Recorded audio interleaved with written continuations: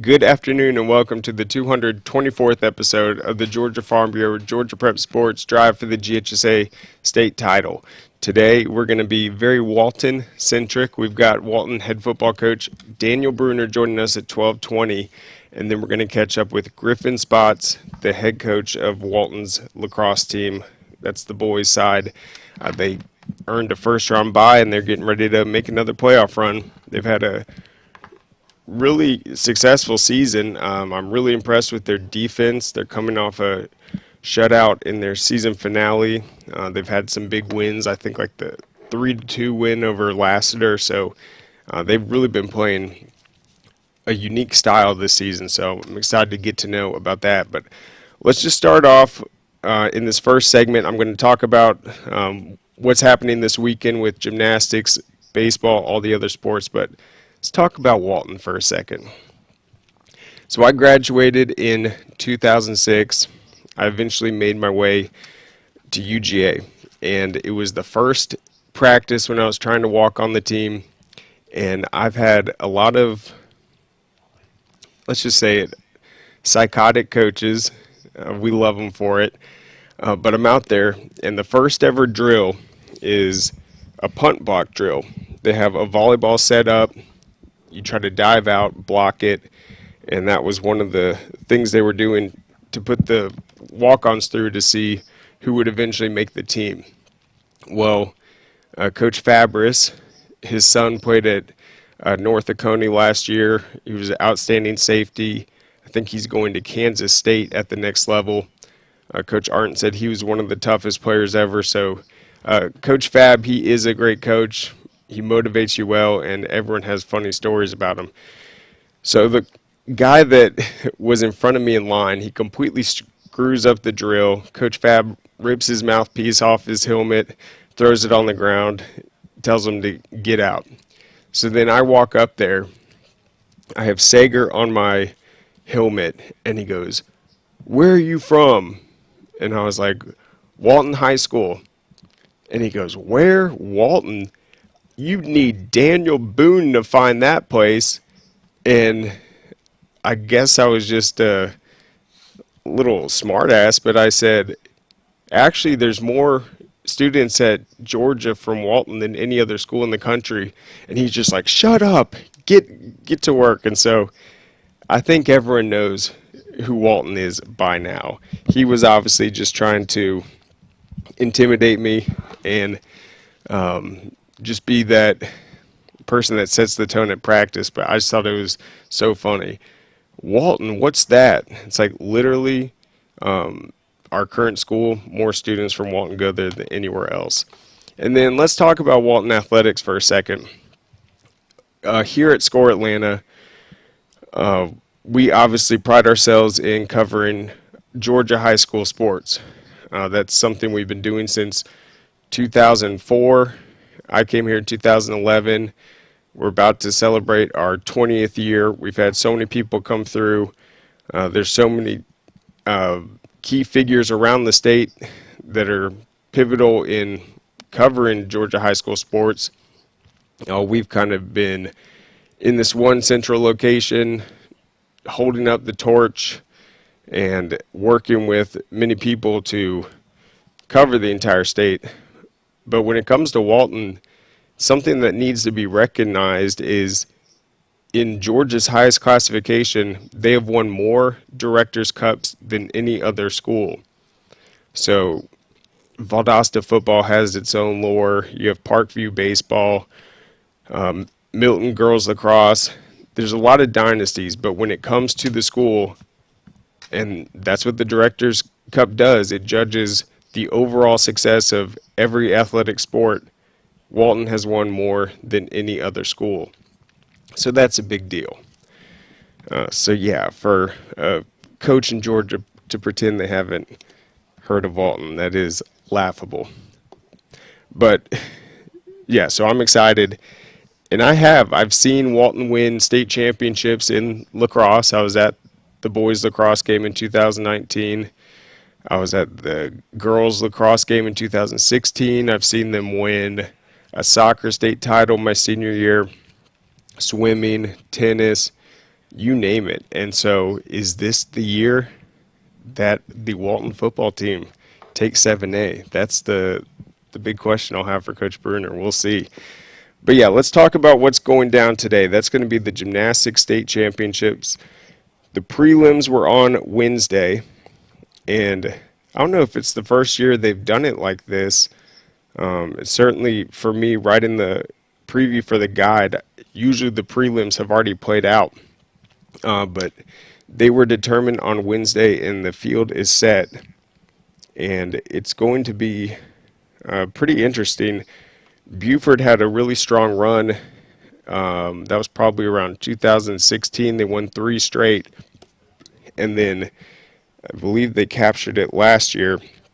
And they have everyone returning that made that run a year ago, including Marissa Ashton. So she, in the prelims, she qualified with the top score in the bars, the beam, the floor, and then came second in the vault. Obviously, that gave her the all-around title. I got to think that this is the year Marissa can take the all-around title. Last year, it was Pike County's Madeline Crow. And the way gymnastics works, each school in the state that participates in the sport can send a gymnast to state. Only a few of the teams are in the run for the team title. But if you qualify in the beam, you can still win the individual state title. And that's what Pike County's Madeline Crow did these last few years. Pike County didn't have enough for the events in the team, but she absolutely dominated. She won last year, I think the year before that, and then she actually earned the USA Today High School Gymnast of the Year for the entire country. She scored perfect 10s in the beam, floor, and vault, and a 9.7 in the bars. And she is a U.S. qualified gymnast. So she's since graduated. It's wide open now, and Marissa Ashton seems to be the elite gymnast this year. She'll have plenty of help from her teammates. Lily Black, she qualified for state. She came second in the 4 behind Ashton, and also earned 8th in the all-around. But North Forsyth has a ton, West Forsyth, Forsyth Central, so will be a tight competition for sure. And then in the lower class, because that's going to be 7A, 6A, I'm not sure if it has been split. Yeah, it's been split since the last 3 years, and North Oconee has won it every single time. They've won the A through 5A division, so they're looking to win their 4th straight. I don't know if many other teams have done that. I think it's only happened once. So let's see who North Oconee did. Emily Gitmeyer, she earned the top score on the floor. Sienna Zakura, top score on the bars. Emery Shepard. So yeah, the depth I'm seeing from North Oconee, they have a chance to really crowd the podium. So I'll be looking for that. But I'll have all that coverage later today.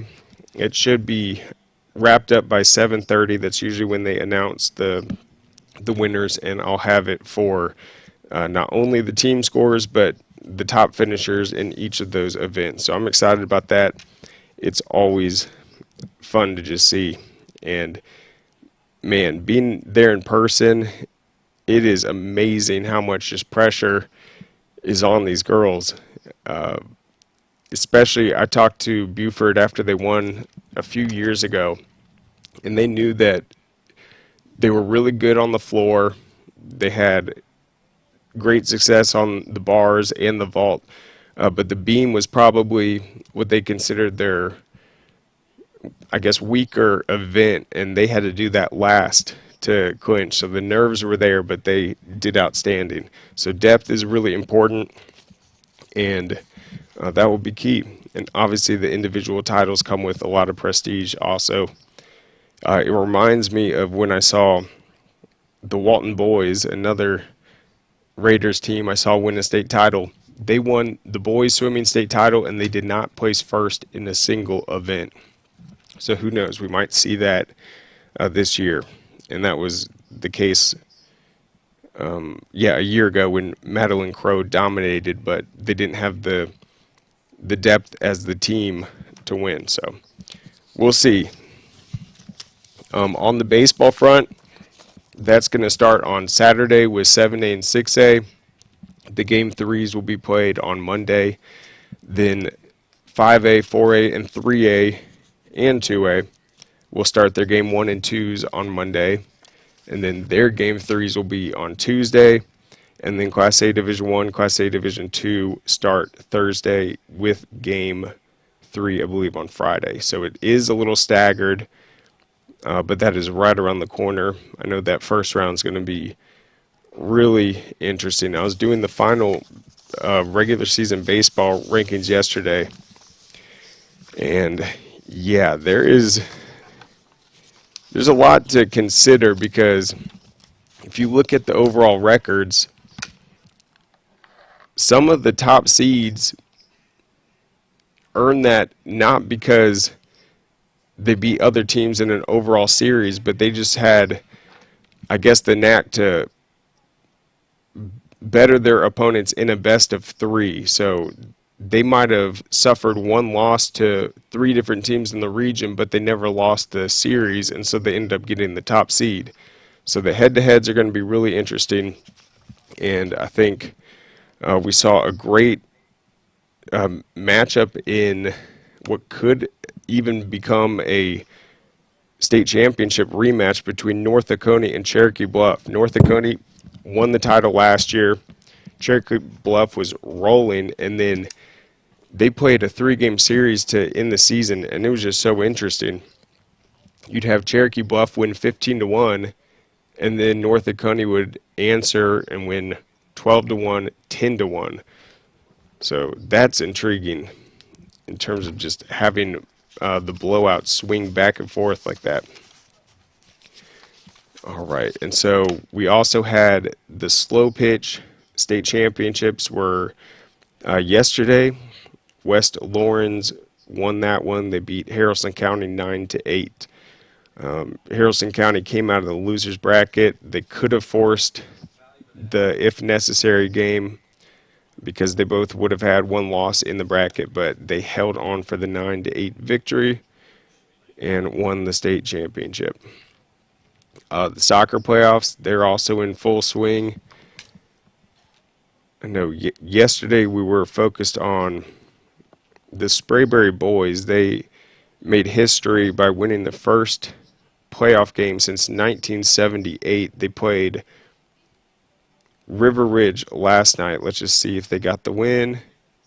Nope, they lost 3-1. So River Ridge advances, but Sprayberry has the historic season. They're going to play Riverwood next. BT still in it. Laster, St. Pius, that'll be a big game. Then Johns Creek and Glen Academy.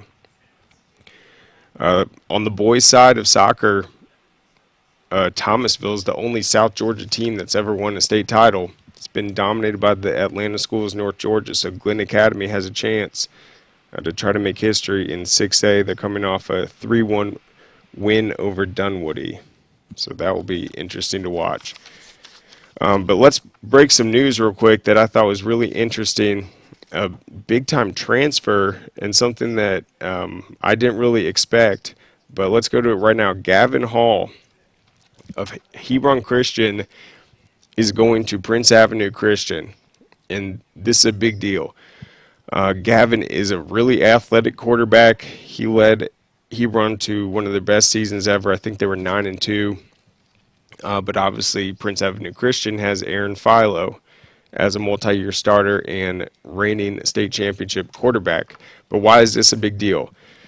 Prince Avenue Christian lost Josh Britt, Bailey Stockton, Ethan Christian, and now he's going to play that slot role. And so obviously he's not going to go there to play quarterback. They have Aaron Philo there, but if you look at the opportunities that players in that slot receiver role have received at Prince Avenue these last few years. They've had back-to-back seasons with 3 players catching over 1,000 yards, and all of them, besides Josh Britt, who just decided he didn't want to play college football, he had plenty of opportunities, has gone on to the next level. So it will be an interesting transformation. He obviously has the playing experience, the toughness. He's a tremendous athlete. So that's a big-time storyline. If Prince Avenue is going to try to make another run at a title, can Gavin Hall step up and fill that similar role we saw with all those great receivers and become a primary target? So I think the move was because his mom was a teacher, and I think it had something to do with a move with that. But then obviously he's just going to use his athletic skill set to adapt to a new role, and I think he'll be very successful in it. We've seen him play, seen him in the Georgia Elite Classic as well. He is tremendous and did a great job for the Lions. So we're going to go ahead and take a quick break before we're joined by Coach Brunner on the other side, and we'll thank our sponsors, Georgia Farm Bureau. Our mission has always been to support Georgia farmers. That's why we created Georgia Farm Bureau Mutual Insurance Company, providing financial protection that farmers needed. While this remains the same today, we've grown to protect all Georgians through home, auto, and life insurance.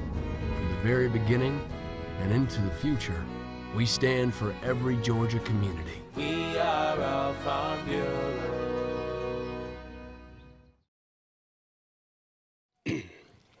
All right, welcome back. So we will see if Coach Brunner is able to hop on any second. Walton obviously coming off a tremendous season, one of the more exciting years in Raiders history. They had the big win over Buford.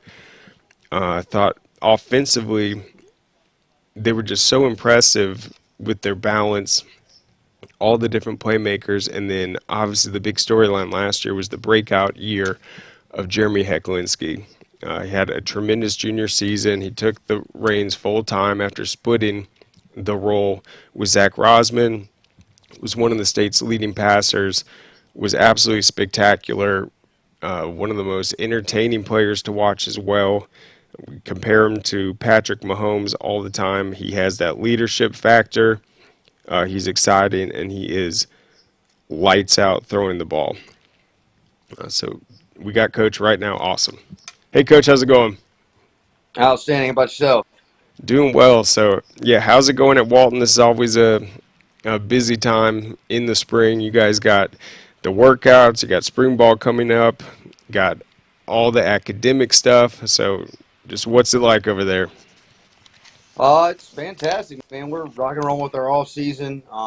Just finishing up our morning speed, agility, quickness stuff. We'll have 2 more days of that next week. We're doing our Steel Raider competition this week, which is our end of the off season, if you will, or end of the school year testing, and we make it a big competition with the guys. They get into it, and we'll pick up with spring ball starting May 1, man. So it's been a great off season. Proud of this group. I think that it's probably been one of the better off seasons we've had, and it's a byproduct of, I think, the senior leadership that we've got going on right now, man. And you know, not just are they good football players, but they work their freaking tails off and really set the tone for what we're trying to do around here, which is, you know, not worry about prizes and all that other nonsense. Just be process driven, focusing on every day. How are we getting better at doing these little things? You know, we started doing a captain class with about 34 guys in that group this year, and it's been awesome, dude. It's something that we had done in the past and kind of dropped off after COVID and just got back rolling again, and it's been really good. So I feel like we're in a great place, man. Excited to get out there. We're going to have some schematic changes, a little bit on defense and offense, and I'm excited to get out there this spring and see what that looks like. And, you know, as good as ideas look on the board, you can't really tell until you get out there and you're seeing your offense or defense or seeing the other team in the spring scrimmage. Absolutely. Your senior class that you had mentioned, obviously they're still juniors right now. They're about to be seniors, but we got to talk about Hunter Teal. He made news recently with his commitment, and I think the big takeaway, what he proved last year, is when you guys are in these absolute battles, he was able to prove that he's not only a reliable target, he's going to get the job done. He's going to make the plays you guys need to keep the chains moving, something he did tremendous last year. So how important is that, just having a player that has proven time and time again in the big game that he can be relied on? No, I mean, look, he's one of the best tight ends in the nation. You know, if he was 6'4", he'd have all kinds of Power 5 offers. He does it at practice. I mean, that's just who he is. I mean, we all know as a defensive guy where the ball's going in our third and medium, third and long periods, and somehow he always finds a way and manages to make plays. And whether it's creating the separation or making a tough catch, he just gets the job done, man. And proud of him, so happy and excited. You know, coming off of a 1,000-yard receiving year as a tight end, and you know, he had a lot of opportunities kind of start coming his way. The height is I think what's hurt him as far as getting some of those bigger offers. But we talked about, you know, finding the right fit, and I think he's got a great situation in Miami, Ohio. The offensive coordinator is actually the tight end coach. They absolutely love him. They want to use him the exact same way we do. Get a great education up there, and so I'm just, you know, I'm tickled pink for him. I really am. I just think it's such a great spot for him. And that's, you know, where we're at right now. I can't tell you how many people called me or messaged me, other coaches. Why is he committing? Why is he committing? I'm like, heck, y'all haven't even offered him yet. You still want him to come to camp and all these other things, and I'm not going to have my kids left out in the cold with the way the recruiting process works now. It's just, it's tougher and tougher to tell these kids to wait and wait and wait. If they've got a good thing going, you know, it's just a really, really weird situation. So, you know, some schools got left out, and it's all good with me because I think he's got a great place. It's going to be a good fit for him. And now Hunter's he's a heck of a worker. I tell you what, I mean, whether it's our fundraising, whether it's the weight room, whether it's on the field, he's just going to try to be the best at it on the team, man. And just proud of him and excited to have him back for one more year. Yes, and yeah, it is weird. It is different. You got to do what you got to do in recruiting. I don't remember ever seeing it like this where, I mean, it's in April, and we're seeing seniors commit big-time schools. That's something that I haven't I don't remember it being like that. So I think having that early commitment, that's what you got to do. Yeah, and I mean, we've had one. I mean, you know, obviously Blaylock, Dominic, when he came through, he committed at the end of his junior year going into the summer, and that was the earliest I had seen it. But he knew what he wanted. He knew where he wanted to go, and he didn't want to deal with all the craziness that comes along with it. You know, the kid was just so substantive. And, you know, but I'm looking at our kids now, and that's really the model we're trying to follow. Not necessarily committing that early, but we want to try to have as many answers as we can and try to have it narrowed down at least. And some of our kids, they're going to have, you know, Ashton Woods. All those offers are going to be there. Those are going to keep coming in for him. He probably has a little bit more time to wait. But, you know, these schools are pushing on these kids. Hey, look, we only got 2 spots in the tight end room. If you don't commit, the spot's going to be taken, right? And so it's really evolved and changed, and it's a byproduct of COVID, the extra years of eligibility, the transfer portal. You know, there's less high school opportunities out in the recruiting process because so many guys are going out of the portal. You're talking, you know, 5 years ago, there was probably 50% more offers for high school kids than there are currently. And it's just really changed the model of how we do things over here. And we just had to adjust with the times. That's just kind of what it is. For sure. Let's talk about Ashton for a second. I'm so impressed. I saw Dominic play. I saw Zach, Darren. I mean, those are some pretty big shoes to fill, but in terms of his gameplay, his toughness, some of the injuries he played for, his leadership, his production, I think he is a really special playmaker. Just talk about how excited you are just for him heading into his senior year and just what he's already accomplished. Gosh, I mean, I just am trying to soak up every minute I can with him and the rest of the senior group. You know, he'll be an early graduate. He'll be out of here in December next year. And, you know, I've said this to college coaches all the time, but I've watched more film with that guy than I have any other player in my history. You know, he's a football junkie, man. He wants to know more. He wants to know how we're doing it, while we're doing it. He comes in and watches extra film on his own with me. You know, he's just a stellar young man. He's a 3.9. He got his first B, I think, last semester. And we had to tell him, relax, dude. Not being the 4.0 is going to be okay, dude. You get a B, it's all good. I think it was, I can't remember what class it was. It was one of his tougher subject areas.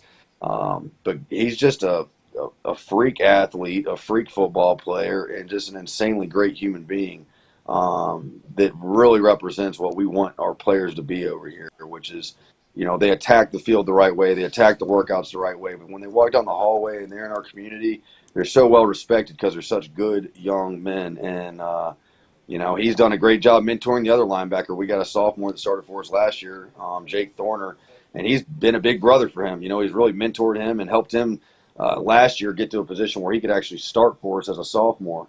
And, I just, you can't take that stuff for granted, man. The leadership, the peer leadership is something that we've got going really strong right now. And I hope we can continue to build on now as we get into spring ball and all throughout the summer. But, Ash is a huge cog in that, a huge piece of that. Not just being a vocal leader, but just modeling the right way to do things day in and day out.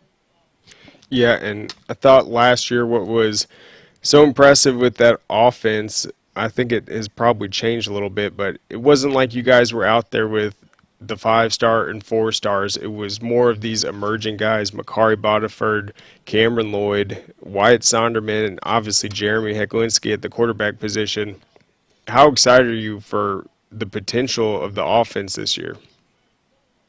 I'm really excited. We're bringing a lot back. I feel like this is probably the strongest group that we've followed up a pretty successful season with since I've been here. And now it's all about making sure that we are on point with everything we do. Because the worst thing we can do is sit around and pat ourselves in the back. Oh, we're bringing this back. Our expectations are this or that. None of that stuff really matters. At the end of the day, it's going to be what happens on the field in August. So we're preaching a lot about making sure that we are staying in the mindset of growth and not sitting around thinking that we've arrived, thinking that we got this because we bring everybody back in these skilled positions, so on and so forth. So I think it comes with a lot of challenges as far as, keeping young men's minds in the right places, heck, keeping us as coaches' minds in the right places. Because you ain't just going to roll a ball out there in 7A because your roster looks good. You're going to win. You're going to have to play to win. And so, that's been one of the biggest pieces of focus for us, man. But I tell you what, it's damn exciting to have that many guys coming back. The trigger man we got back, I mean, golly, Jeremy is an exceptional football player. And you got a quarterback like that, you always got a chance to win. And obviously our offense has done a great job with, Tyler Jones coming in last year as the OC and Coach Letton, doing what he does as far as the box goes. I think our offensive line is one of the most impressive things that I've seen. I mean, we went over there and beat Buford, and we had a 200-pounder, a 200-pounder, a 200-pounder, and then the center was 260 and the other tackle was about 240. We were not big at all last year, and we found a way to win. And a lot of that has to do with what Coach Bill Letton has done with that group over the last 5-6 years. It's just been really special to watch. So all that stuff coming together for one more year, man, we are very excited. I hope we can top what we did last year on the offensive side, that's for sure. Yep, and I think Cameron Lloyd, Wyatt have recently been offered by Charleston Southern. You got Heklinski. He's committed to Wake Forest, so there is a lot more attention on the program just based off what they did last year. Talk a little bit more, though, about Jeremy. You saw him for a full season last year. Really impressed everyone. I don't remember seeing a high school quarterback that played with that level of confidence, playmaking ability, what he's able to do to keep that offense balanced, get everyone involved. I mean, how does he top it this year, and what type of season do you expect from him? Well, I expect him to hold every record in our record book, and he currently holds pretty much all of them. But I expect him to put them in a place where they're going to be very hard to touch, and that means he's going to put together a great season. I think the areas of growth for him last year, minimizing mistakes, you know what I'm saying? Like not letting mistakes compound and not trying to do too much. And I think once we got rolling in the playoffs, before that Buford game, I told him, I said, dude, don't hold back. I said, and I always preach about, I got stats I care about as a quarterback, and did we win or lose the game? That's obviously a primary stat, and then completion percentage. Those are the things I'm looking at. And his completion percentage has continued to elevate every year he's been with us. We're looking to be over 70%, but we went to the Buford game. I said, I'm not worried about your completion percentage. I'm worried about you finding a way to win this game, dude. You're going to have to do some things tonight that are a little bit above what you've had to do throughout the previous 10 games. And he sure as heck did it, man. And I think when I look back at the Carrollton game, there's some things I probably would have done a little bit differently in that deal, but we were where we were at because of the playmaking ability that he exhibited throughout the year. So, for me, it's continuing to grow in the area of minimizing mistakes, minimizing errors, and not letting them compound and turn into major. You can get rid of the ball and we're back to play another play versus spinning around and getting out of there and getting a sack for the loss of 15 yards that really puts you in a very bad spot. So he grew in that area last year. I want to see him continue to grow. And then the biggest thing right now is working on his, leadership. I'm expecting him to lead the charge, and it's not just about this team. It's about when he gets up to Wake Forest, is he ready to go do it there? And I take a lot of pride in my guys being able to get into the college level and have a chance to play early. And I think our program develops our kids where they can do that. And so a lot of what we're trying to work on with them is that stuff. I'm like, you got to be college ready by December. You're going to be going to bowl practices and all that kind of stuff. The expectation when you leave here is be able to get out there and hit the ground running like you're a college level athlete. And so we're trying to continue to grow in those areas and work on all that leadership. And I'm going to need him to do that for this team to be what he can be, but also we need to do that for him to help him be where he needs to be when he gets to the college level. Yep, and that Carrollton game, Bryce Hicks is a special player. He had a great game in that one. The thing that, just looking from the outside with Jeremy, that I think impresses me the most, he's not comparing himself to these other quarterbacks in the state right now. He seems to really be focused on what he's doing, his game, just what he can do to improve and be the best version of himself. You kind of get that sense too, where he's not distracted by that outside noise. 100%. And I think early on it was, these quarterbacks it's tough. I mean, they're in this world of, you better be training and doing stuff in elementary school and middle school if you're going to really have a chance to be a guy in high school. And they get on all these, the QB hit lists and the next gen and all these other things that they're participating in.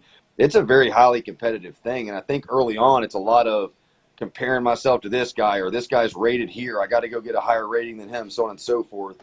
And then it turns from that into, I've got to get a Division I scholarship, right? And now I'm competing. This guy's got offers, I don't have offers, whatever it is.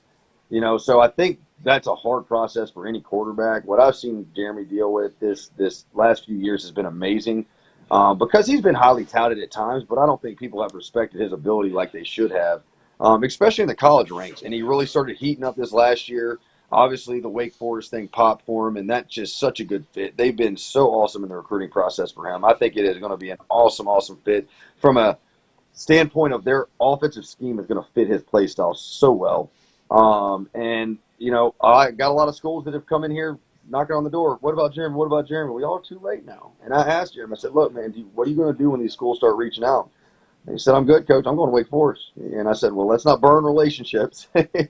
We can tell them to pound sand, but we need to do it in the right way. And, but I'm just so proud of him, man, because he's extremely focused in on what his next step in his life is going to be. And he doesn't have any concern on anybody else out there, any of their rankings, anybody rated this level, that level, whatever. He just doesn't care. He cares about us going to win a state championship this year. And I believe that mindset will really help propel us to give us a chance to get there. Yep, and then just the addition of Daniel Calhoun. Every coach I talked to last season was like, man, Centennial's got this guy. He's an absolute beast. Just how huge is that going to be just to have him added to just the experience you guys have up front on that offensive line? Well, he'll provide a lot of size that we didn't have. That's for sure. But no, when he moved over here, I just didn't really know what to expect. I called his former coach who ended up leaving Centennial, which is why he left, is he didn't want to have a senior year where they had their first 3 years over there. So Sullivan did a great job, man. They were on a progression upward, man, and having a lot more success. And I don't think that he wanted to be a part of a rebuild. And so when Coach O'Sullivan left, they reached out to our AD and met with our athletic director, and they moved over, and it's been an amazing experience. So, I mean, talking to O'Sullivan, it was like, look, the kid's going to work like you've not seen before, a kid of this size. And so, yeah, I had to see it with my own eyes. But I tell you what, man, the way he puts in effort, the way he moves around for such a big-bodied kid has been absolutely amazing. He fits so well with our culture over here. And at this point, all these kids that are in this competitive football thing, I mean, they see each other just growing up at all these, the FBU stuff, the 7-on-7s, the visits and all that. And And so I don't, it's way different than when I was in high school because, I was, being a Roswell guy, I was like, we'll get the best of Walton, or Milton was our big rival. Like, we just weren't buddies with everybody at all these other schools. And I think just the world's changed for these high school kids. So, transitioning over has been pretty easy for him. He knows some of the kids, but, man, I tell you what, he has such tremendous upside, man. He's obviously one that's going to have Sunday potential if he can keep progressing. So I'm excited to be a part of his journey, man. I think that there's some things that we're going to be able to help him with over here. And, again, speaking on having him college ready, he's going to be out of here in December. Well, my job is to make sure that when he gets there, he is college ready and he can walk in not just the weight room but the football field and be able to have a chance to play early. And so that's one of the things we're working on with him, man. He's very receptive to coaching and excited to be over here. So, obviously he's going to make us better. That's awesome. And then just real quick on the defense, last year you guys were able to produce a ton of turnovers. Watching you guys play, you were extremely physical. You had some absolute hard-hitting hammers on that side of the ball. So what are some of the defensive changes, and how do you feel about that group heading into the spring? Yeah, I mean, we're just looking to see what fits our personnel the best, and you talk 4-3, 3-4, 4-2-5, stack. It's semantics. It's letters on a board to me. I mean, as long as we're sound in what we do, that's all I care about. And so we've got to find how do we get our best 11 players on the field as much as we possibly can. So, we got some three front stuff that we've worked in the past, but we're going to work a little bit more three-man front stuff because we've got a lot of really good linebackers in the spring. We're still going to base out of the 4-2-5, and I'm just looking to be more multiple. I think what you got to do to be successful on the defensive side of the ball right now is you got to win the red zone, you got to eliminate big plays, and you got to force some turnovers throughout the game, right? And if we can do those three things, I don't give a damn if we're giving up 500 yards of total offense. If we can win those three areas, we're going to win a lot of football games. And so these are some things that we're trying to work on. But, I feel really good about that group, man. We got more corners than we've ever had in our spring workouts right now. And I feel like we've got probably 4 to 5 of those guys that could play on Friday nights for us. The safety rotation, I feel pretty good about where we're at right now as far as the depth. We'll have 2 new guys back there playing for us. The D-line and the linebackers, the box is going to be pretty much the same as it looked last year. All those guys are back except for a couple. So, I'm excited just about our knowledge of the game and what we can do to expand on our scheme because we got so many guys that are coming back and understand how we do things. It allows us to morph our defense and be a lot more multiple, be more explosive on the defensive side of the ball, which is the areas that I want to get better at. I don't want to be able to have an offense dictate how we set ourselves up, how we set our 3 techniques, so on and so forth. There's just so many things when you're in a base 4 down like we have been where they can figure out how we're setting our front, where we're pushing strength, so on and so forth, and really start dictating things to you late in the game. And I want to make sure that we have opportunities to get ourselves out of those pickles if need be. But, no, man, I'm excited. The kids are fired up about it. Just doing some new things kind of rejuvenates, I think, the group, the kids, the coaches. And, last year we brought in about 10 new coaches, 3 new coordinators. So this has been an amazing offseason because all we've been doing is working on player manuals, coaches manuals, drill manuals, getting together all our scheme, working on our layout for how we're doing our installs in spring. So we're in a very different spot than we were last year. I mean, feel like we're way ahead of the curve as far as our prep for this next year goes. And that part to me is super exciting because I think we're going to have a much more productive spring. Although we had a good spring last year, I think we'll be more productive this year and have an understanding of who we're going to be and what we're going to look like as we move into the fall. Yep, an opening against Grayson. I know Najee and I don't think we've ever been this excited about a football season to kick off before. It's going to be fantastic. Last question before we jump. I know last year you had a tough situation just in terms of the kicking game.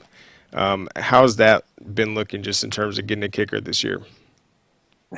Well, it was quite an experience. I love my kickers, man. I love them all to death, and not one of them went out there to miss a kick at all last year. It's not for lack of effort, not for lack of work. It was just lack of execution. So I brought in another kicking coach. Actually, I had 10 kickers out there with him yesterday. So our numbers of kickers have gone up tremendously, and we're working on trying to get that remedy. We're starting to work with them way earlier than we did last year, and bringing in a new kicking coach. It's a little bit younger, been around the game for a while, played at Tennessee, kicked for them, kicked at Georgia Tech. So I'm pretty fired up. They had their first session with him yesterday, and they all came in excited, fired up. So I've got complete faith that we'll get our kicking game back where it needs to be, and back where the Walton standard is. Awesome. Hey, Coach, thank you so much for coming on. I appreciate it. I'll be following you guys the rest of this offseason. Thanks, and go Raiders. Hey, thanks so much. Hey, look, real quick, just if that throat starts to bother you, I got a good remedy. You may want to gargle some salt water. I heard you've been having some Oh, throat yeah, issues. thanks. I haven't heard that one before. All right, man. Y'all have a great day. Thanks for all y'all do. All Man. right. Go Raiders. Oh, man. Maybe after this, I'll find some. Honestly, though, I hate gargling salt water. It's disgusting, but he's probably right. But let's go ahead. Let's just jump straight on to Coach Spotz. He's ready to go. Head coach of Walton Lacrosse. Is he on? Hold on one sec. All right, then I guess we'll take a quick break and we'll see if we can join Coach Spotz on the other side. Our mission has always been to support Georgia farmers.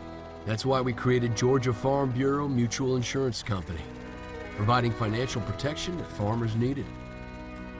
While this remains the same today, we've grown to protect all Georgians through home, auto, and life insurance. From the very beginning and into the future, we stand for every Georgia community. We are our Farm Bureau.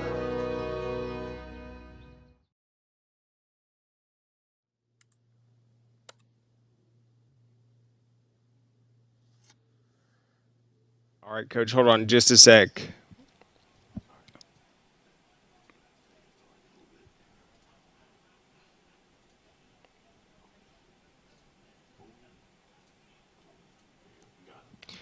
Hey, Coach, how's it going?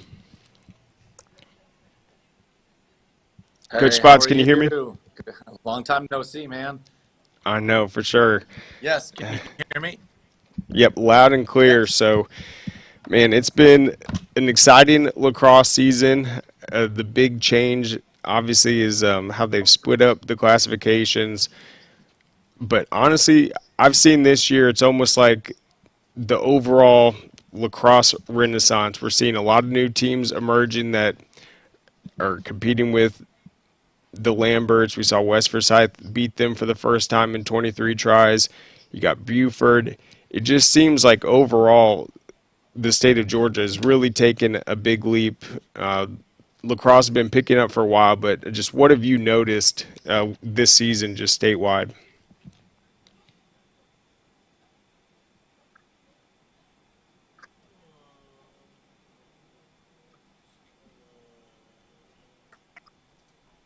Okay, looks like we lost him for a sec.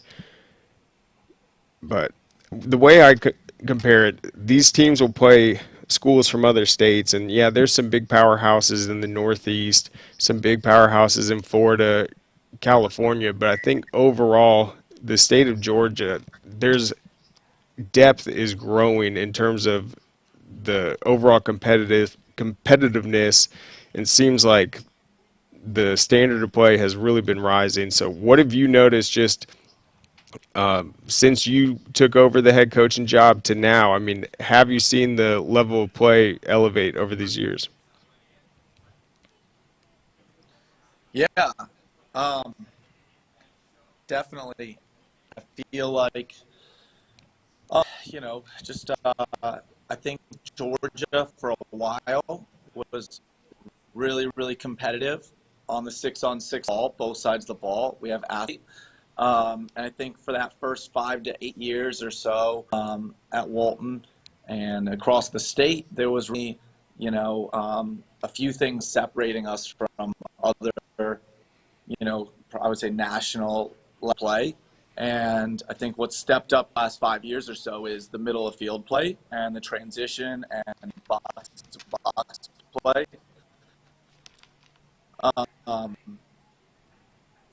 I think settled 6-on-6 for the last 10 years or so. Has been a really high level of defense, really high level of offense. And then, really the last 4 or 5 years, there's been a huge jump in a lot of the ability of coaches improve the IQ of the players in the middle of field you know, all the loose ball scenarios that make lacrosse so beautiful, right? Hmm. And I think this year we're just seeing a ton of parity, you know, where Lambert is you know, in a 2019 we were able to, and I think a rotation of a couple teams to the plate as well. And this year, and last year as well, last 20 to 25 teams, honestly, that could have won the state title. There was so much talent in the state. Last year was a huge year of talent. And I think this year, you know, it's really interesting seeing 7A branch off and finally get our own state title that we're competing for instead of having to share it with, you know, all the loaded teams in 6A. And, you know, North Paulding's had a phenomenal year. Lambert's had a phenomenal year. West Forsyth, North Gwinnett, Buford, they've all just done a tremendous job this year.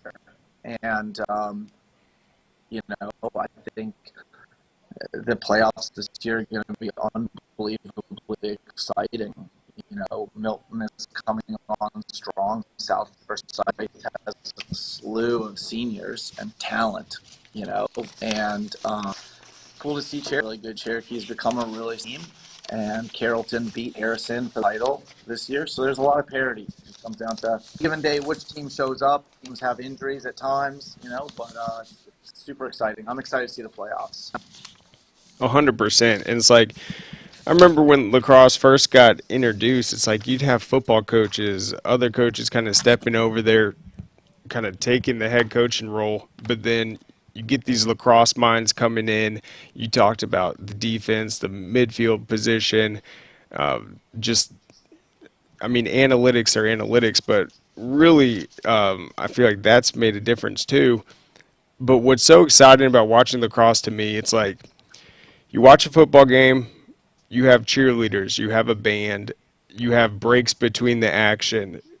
When you're at a lacrosse game, you're following the ball. And then as a coach, I mean, you're following the ball, you're communicating with your players.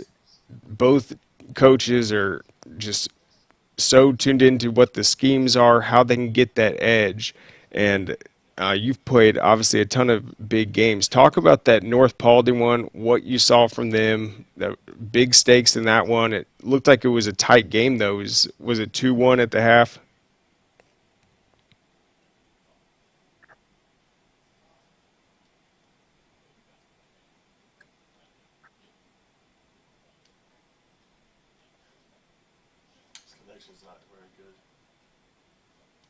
Okay, I thought there might be a delay. So yeah, one of the things Walton's done so well is defense. You look at their last few games, they had the big win over Roswell. They've been one of the best teams in the state this year. They are going to be in the 5A, 6A classification. They had a 3-2 game against Lassiter right after that. Yeah, Coach, can you hear me?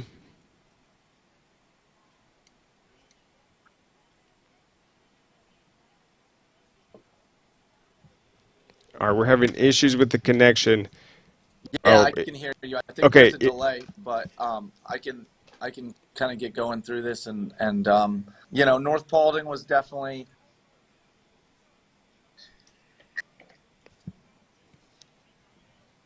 Yeah, talk about the North Paulding game. I'll stop. You there?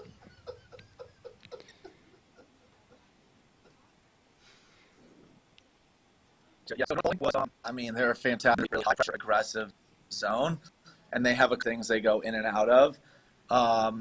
You know, we've seen a lot of teams this year go to a zone defense, which has been really intense. You know, and it didn't work out for us that night, but not for all opportunities that we didn't have. You know, I think Walton has had a tremendous defense this year. You know, we've had some nagging injuries on the offensive end. North Paulding's just loaded on all ends of the ball. You know, they have a great defense, great offense. And it's a momentum game, right? So it was 2-1 at halftime, and they came out and they you know, punched us in the mouth a little bit to start the third quarter, and they just went on a run. And you know, we just didn't have firepower that night, and it felt like we just didn't have juice. And I think that's one of the things I love most about lacrosse is that, like, it is a juice sport, right? We talk about juice goals. It's a momentum sport, like you said. ball's constantly moving.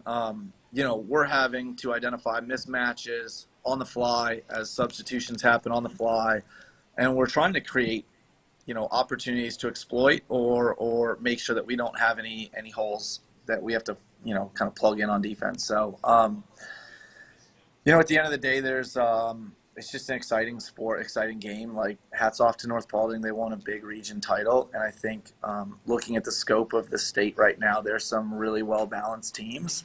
And there's a couple teams like us that are more defensive focused. And then there's a couple teams that I think are just loaded on the offensive side as well. So it's going to be interesting to see, how the playoffs turn out.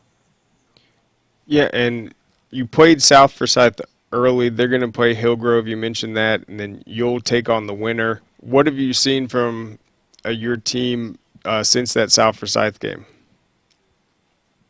Well, we got our guys back healthy again and had a great moment against Roswell, and then that kind of came at a big cost because we actually exited that game with a bunch of players injured and out since then. And I think the thing with South Forsyth is they have a lot of seniors and we have a lot of underclassmen. And I think it's going to come down to, if we play South Forsyth, not Hillgrove, I think, we are going to have to do a better job of not letting the ball die in our stick, because if we, try to get into a physical grudge match with them one-on-one, we might not be able to do that well with them.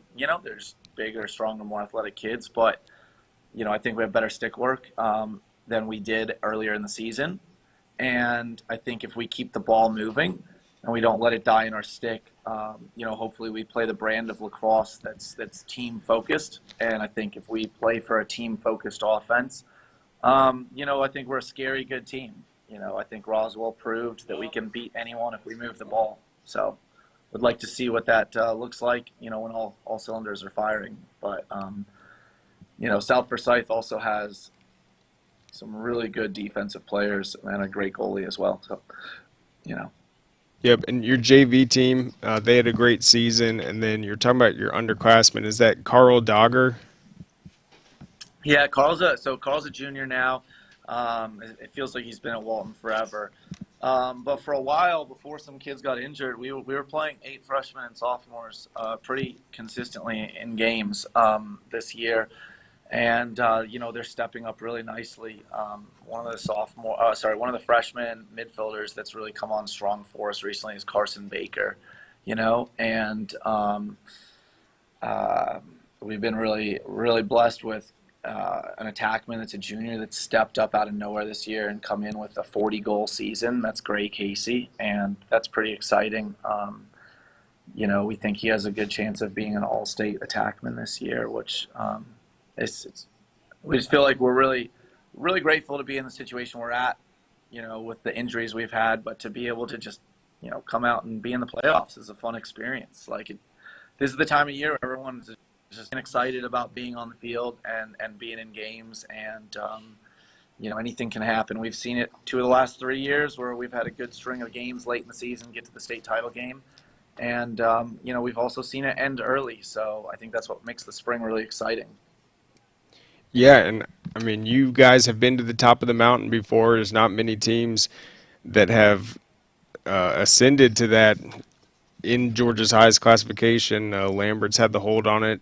You've beaten them in the big game. So looking at this bracket, obviously through these first few rounds, a lot of really talented teams are going to be knocking each other off. You handle business, and you guys are going to be right in it to make another run. So what's the team going to be up to just this weekend preparing for this big opportunity? Boys are getting haircuts tonight. I think the biggest thing about the playoffs is, at this point, we've done a lot of X's and O's work. We've done a lot of development. I think it's good for the kids to have a stress-free, good, fun moment together as a team, a little bit of bonding. Hired a barber tonight, and boys have the option, if they want to, completely optional, have a chance to get themselves a little playoff haircut. It's been a nice little tradition we've had. Kids always kind of come out kids talk about it at the beginning of the year. In January and February, they start growing their hair out so that they can have a good playoff mullet. So it's kind of funny because the kids yesterday at practice were all talking about it after we left, and we're walking out to our parking lot. All the kids were talking about what different haircut they're going to get. And for me personally, like, the thing that I don't ever want to lose sight on is these are high school kids. We want to win as many games as we can. We want to go win another state title. Like, we're obsessive about that.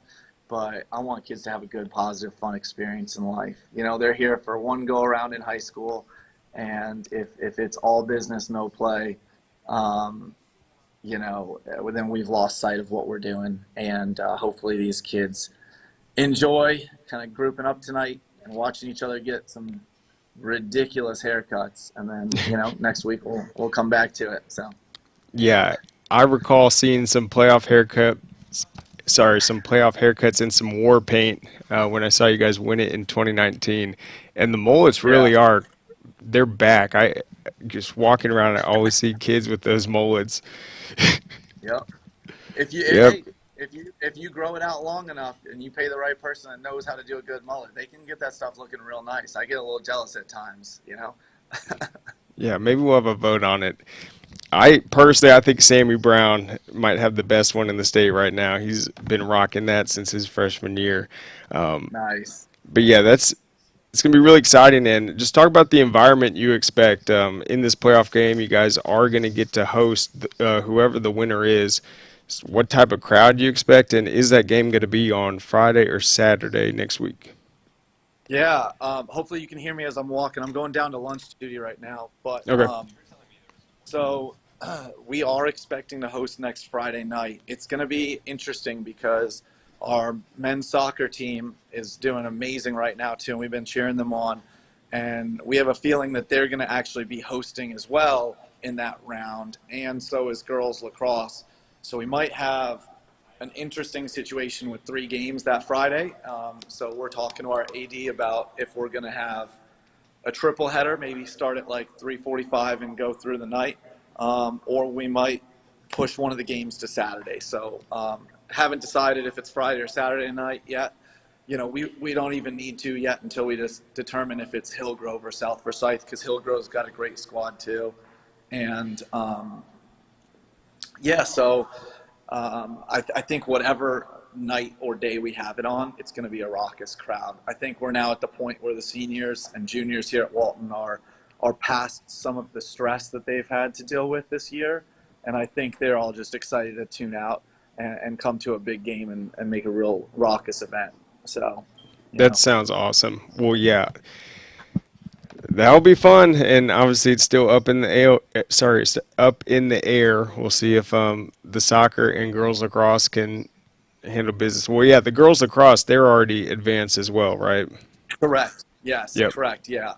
And so we share those 2 days, Friday, Saturday, with them. So, and obviously, we don't want to put any team out. So we're just going to be flexible, and we're going to wait to identify what the scenario is. But yeah, we're excited. It's going to be fun and raucous. Walton in the spring is a special place. So. Oh, for sure. All right. Well, Coach Spotz, I'll let you get back to lunch duty. Thank you so much for coming on. Hope to see you soon. Definitely. Thank you so much for the show, Craig. Hopefully maybe we'll get a workout in the future again. Yeah, I need to get back in there. Yeah, it's all good. Have a blessed day, man. You too. Thanks, Coach. All right. Well, there you go. So that's exciting. An opportunity to have a playoff triple header at Raider Valley. A lot of excitement going on over there. See if Walton can take another Director's Cup. They've been outstanding throughout the year, whether it was the football team making it to the quarters, the basketball teams both kind of making history, especially the girls getting in the playoffs for the first time, I think, in 20 or 30 years. So it's been outstanding, and that is good to hear that they're excited to have some fun this spring. But it was a very Walton-centric show, but as I said, this is no other team has won more Directors' Cup, so got to recognize greatness every once in a while. But we'll be back on Monday. Hope everyone has a great weekend. Go to scoreetail.com. You can check out my gymnastics coverage. We'll also have some more playoff updates, including all the baseball scores on Saturday and I think soccer on Saturday. What sports do you have this weekend? I think it's lacrosse. Yeah, we'll have lacrosse, but there's a lot of buys in the first round, so there won't be as many games, but there definitely will be some big games. So follow us at scoreatl.com, and we'll see you next week. Oh, hold on, Craig. You got a comment. Oh, I have a comment. Let's address it. All right, somebody said Cass over Milton. I think that's on the spring game. For football? Wow. What do you think? You got a comment. Oh, Cass over Milton in the spring game. Gosh, I think a real question would be who is more likely to win the region this year, Cass or Milton? I think both of them are in difficult regions. Milton's won, I think, 5 straight now. Cass is going to have to compete with Calhoun, Cartersville, Hiram, Dalton. Is Dalton in that one? No, I think that's a different school. Ooh, well, that's the spring game that wasn't originally scheduled. Cass had to fill it. I think they said they aren't going to treat it like a full game, more of just like scripted series. I'll go with Milton. If there is a score, say 30-24. 30-24. I think that's a great question, though, because I really like Cass this year. And keep in mind, Cass is going to be opening the season against Rome, right? Whew. So they're going to definitely come out and try to play Milton well. I mean, Milton, you're talking about one of the best teams in 7A. And they're going to come out second year with Ben Reeves. They have a bunch of new transfers also. I think both those teams are going to be outstanding. It will be a top 10 matchup, cross classification. And yeah, in terms of our spring scrimmage, or that one might be later on, but in terms of our scrimmage coverage, we will definitely be paying close attention to that one. So great question. But yeah, we'll be back. I'm going to have to think about that one, see if I change my mind, but appreciate that a lot, and we'll see you next week.